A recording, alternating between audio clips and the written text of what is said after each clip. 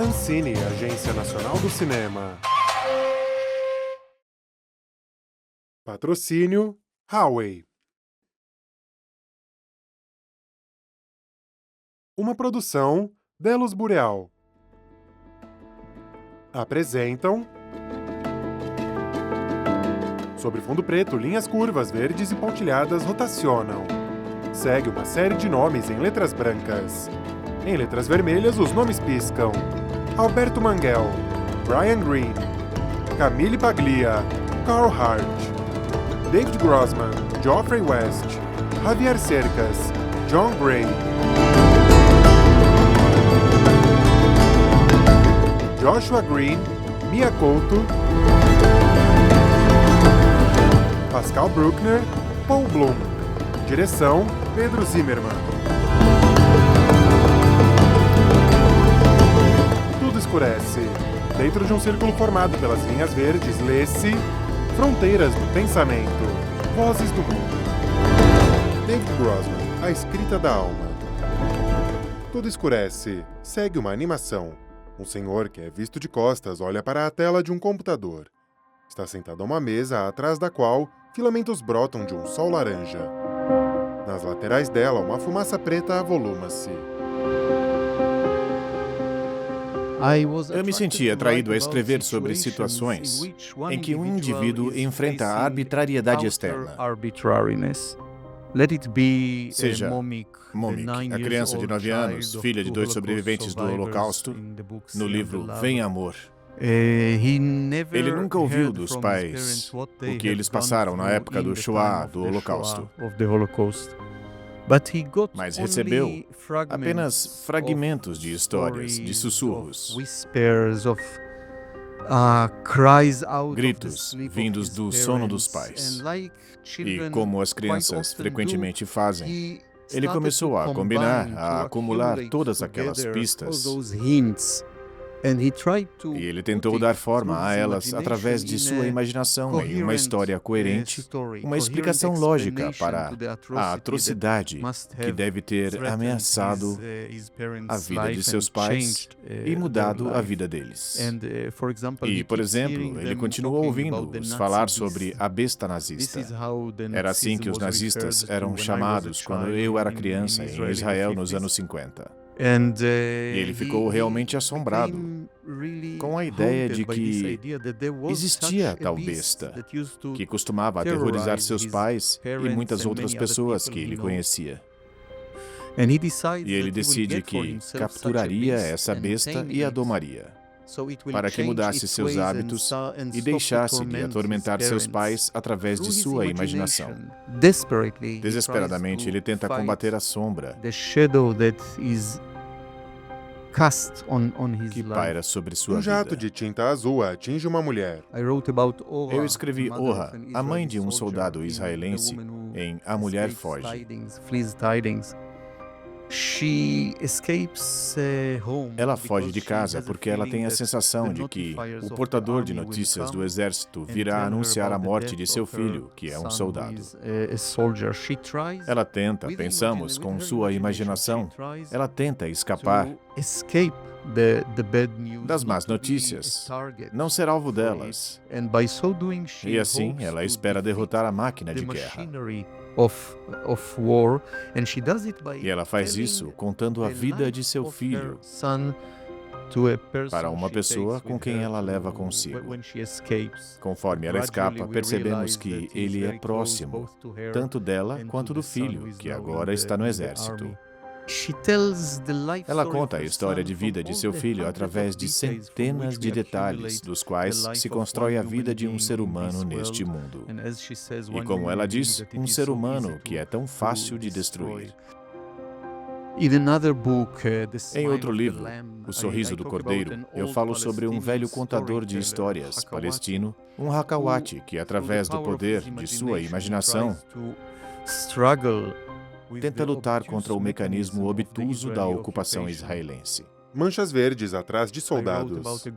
Eu escrevi sobre um grupo de pais que perderam seus filhos e eles tentam, de maneira lunática e desesperada, trazê-los de volta à vida, com sua imaginação, para lutar contra a última arbitrariedade hermética, a arbitrariedade disso.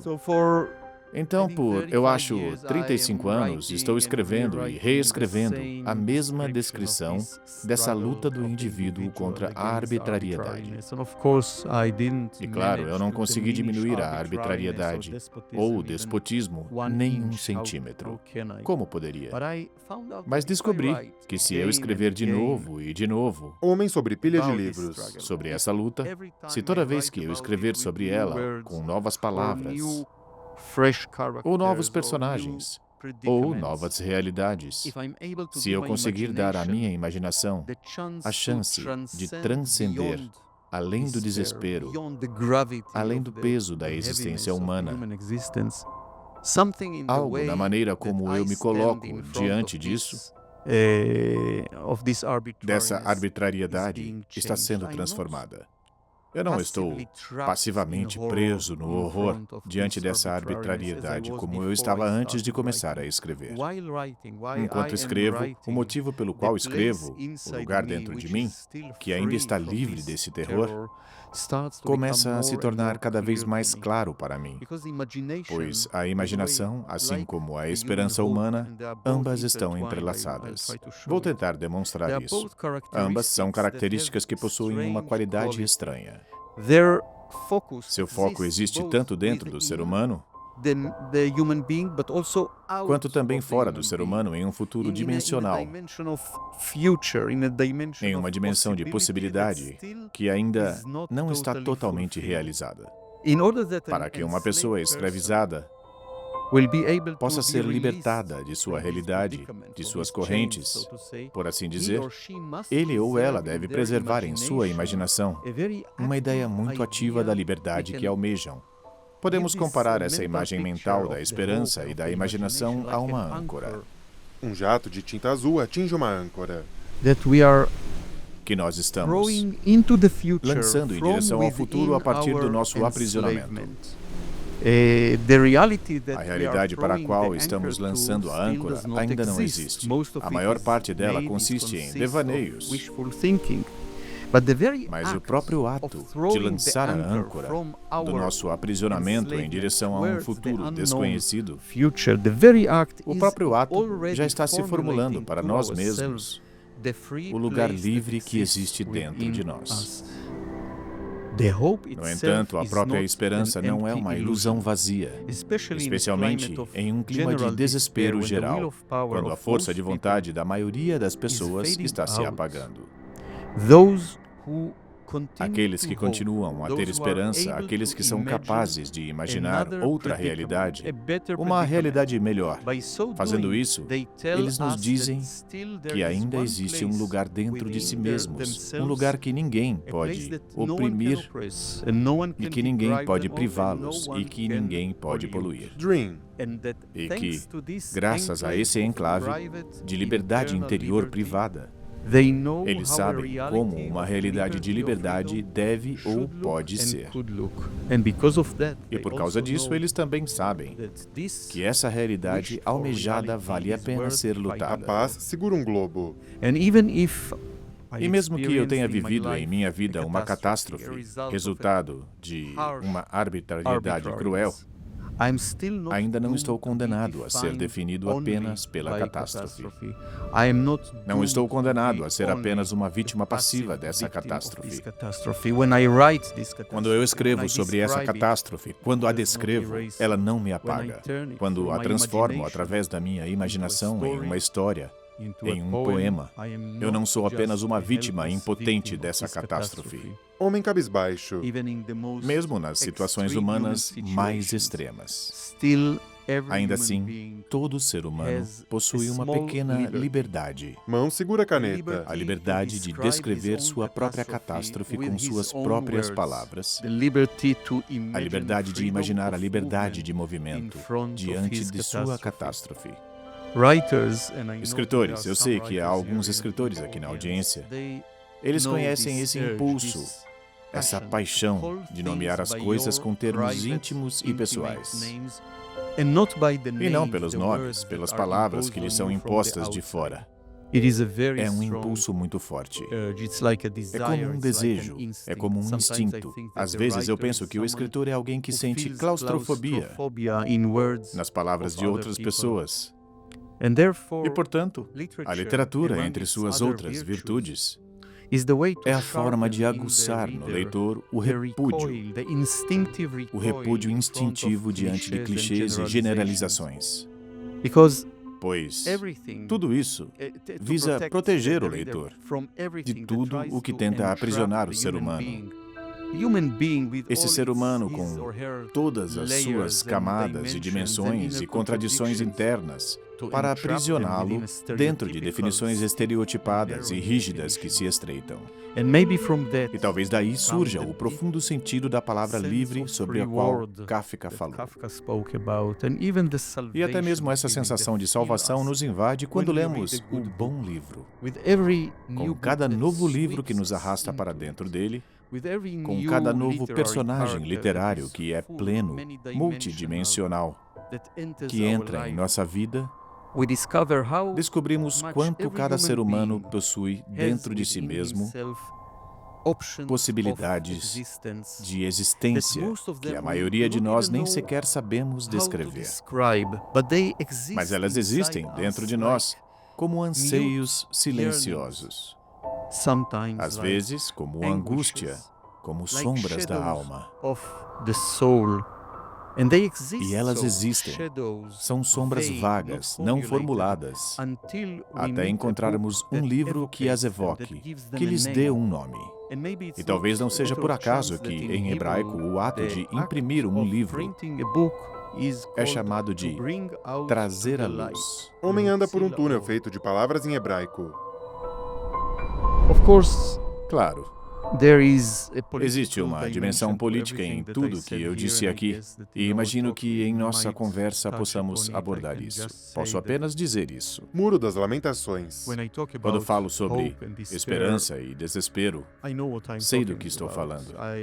Vivo em uma realidade que é angustiante, que é assustadora e ameaçadora, que faz com que tantas pessoas ao meu redor gradualmente percam a esperança e percam o poder da imaginação capaz de lhes retratar a amarga realidade e a vida amarga. Você vê como um estado de guerra se estende ou como ele vai diminuindo gradualmente. As forças dos seres humanos de se libertarem, de serem ativos, de não se renderem à passividade e à insensibilidade, e dizem que não somos mais responsáveis pela situação externa. O vazio entre o indivíduo e essa situação nunca permanece realmente vazio. Parece vazio, mas nunca está de fato vazio, pois há forças muito fortes, decisivas, fanáticas, fundamentalistas, religiosas ou nacionalistas, que estão despejando nesse vazio e o estão preenchendo com sua agenda, e seus valores, e suas ideias sobre o futuro. E eles estão sequestrando nossa vida e nosso futuro e a vida de nossos filhos. Todos nós sentimos como, em nossa vida cotidiana e ao longo dos anos, nós gradualmente nos solidificamos em uma única identidade. Nos tornamos uma pessoa muito definida e muito típica.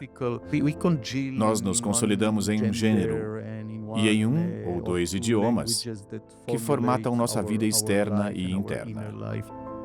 Nós nos solidificamos em nosso zeitgeist e nas circunstâncias de nossa família. E essa definição se torna cada vez mais estreita, às vezes tornando-se, como eu disse, enraizada e rígida.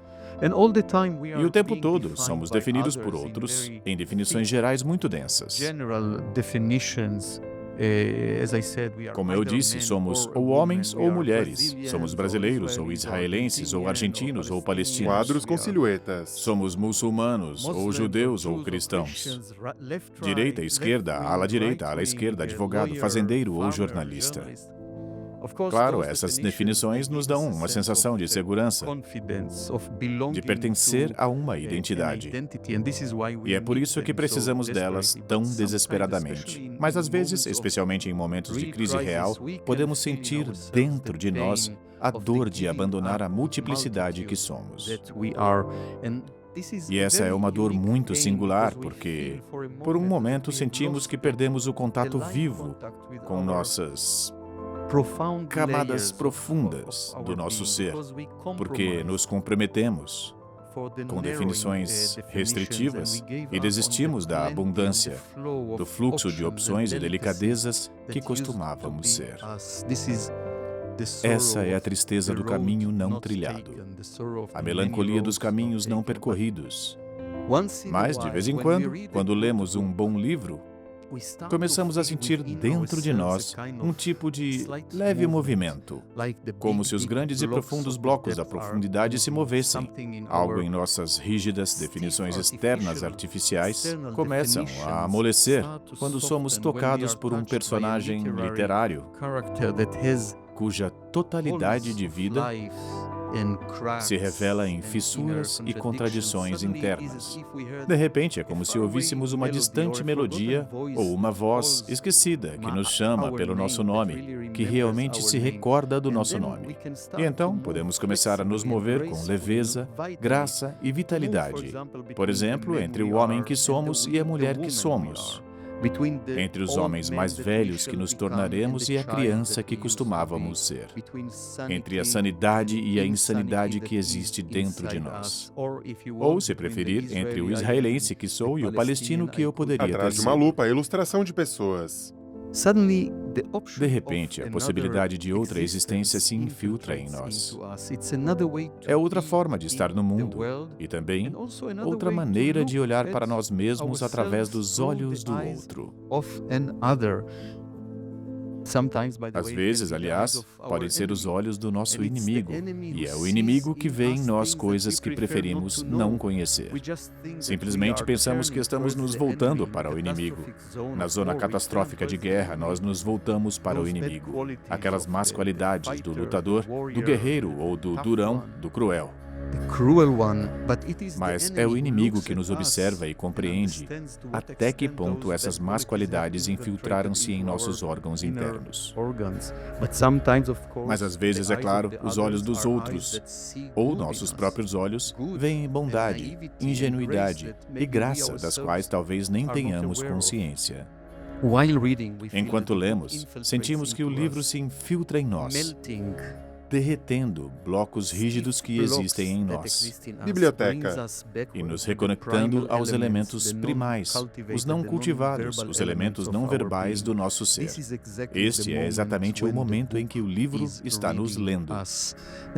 E essa é a grande sugestão que existe na literatura. É como um animal selvagem, parado na noite súbita do lado de fora de nossa janela, no gramado perfeitamente aparado de nossa existência burguesa. E esse animal está uivando, de repente, das profundezas do nosso ser, do âmago do nosso ser protegido. Uma contenção de anseio e uma rendição são arrancados, às vezes para nossa própria surpresa. Essa onda de anseio pode durar apenas um minuto ou apenas um livro. Qual é o sentido da elevação e da redenção? Às vezes, nesse momento, tornamos-nos subitamente outro ser humano. Ou talvez o oposto. Somos nós mesmos da forma mais profunda e verdadeira. No Planalto, num fim de tarde, uma pessoa que é vista de costas olha para o céu onde círculos concêntricos brancos giram. Tudo escurece. Direção: Pedro Zimmermann. Produção: Rodrigo Berto Matias. Roteiro: Roberta Marossi, Corominas, Rissier. Fotografia: Pedro Zimmermann. Seguem os créditos finais. Roteiro de audiodescrição Cristiane Curioni. Consultoria especializada Edgar Jacques. Locução Giancarlo Marchesini. Conteúdo de acessibilidade, etc. Filmes.